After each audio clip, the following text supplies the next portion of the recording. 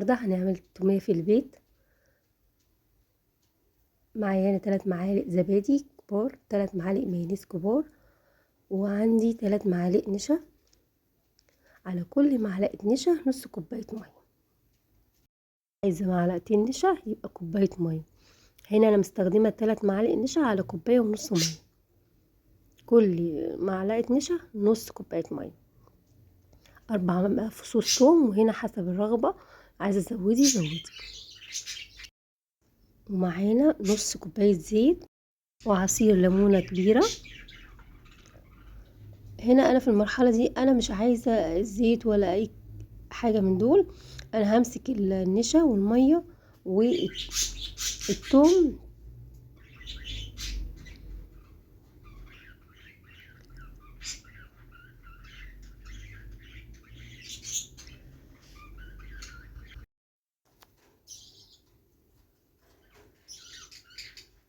اقلبهم هنا الاول على البارد،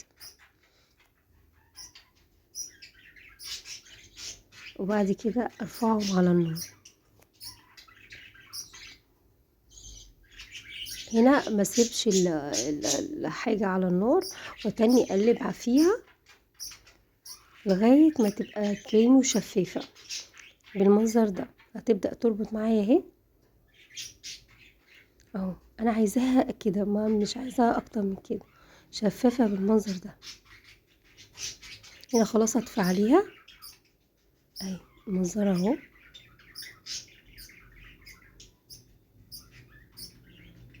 اسيبها تبرد وفي الخلاط هحطها.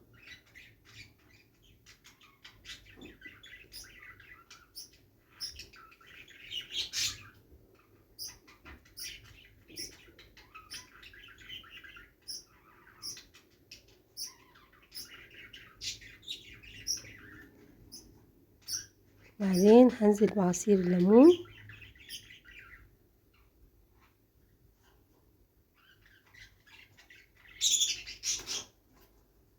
ورشة ملح والزبادي والمايونيز.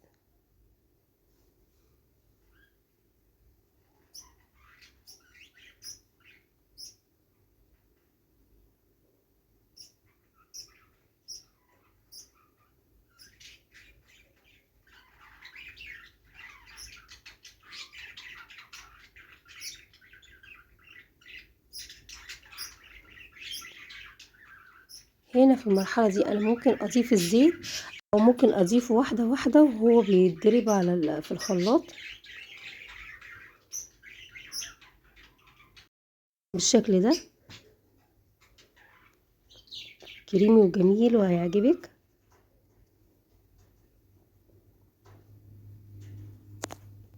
هنا انا هاخد نص المقدار بتاع التومية واسيب النص التاني في الخلاط.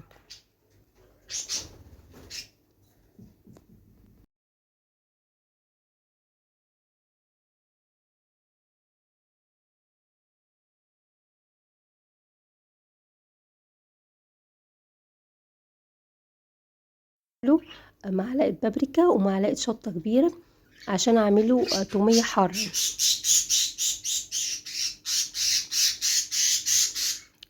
اقلبه بس عشان الشطة ما تتنطورش.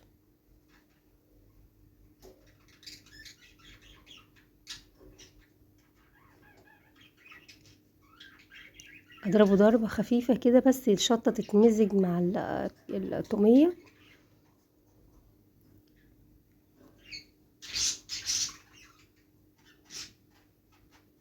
اهو طلع معانا بالشكل ده. شوفوا كريمي ازاي، جميلة والله. انا بعتمدها معايا على طول التومية دي على طول معايا في وقت ما احتاجها اعملها بنفس المقادير بنفس الطريقة، ما بغيرهاش.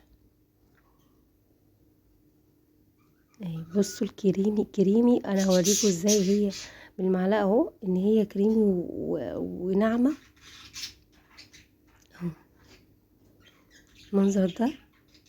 جربوها هتعجبكم.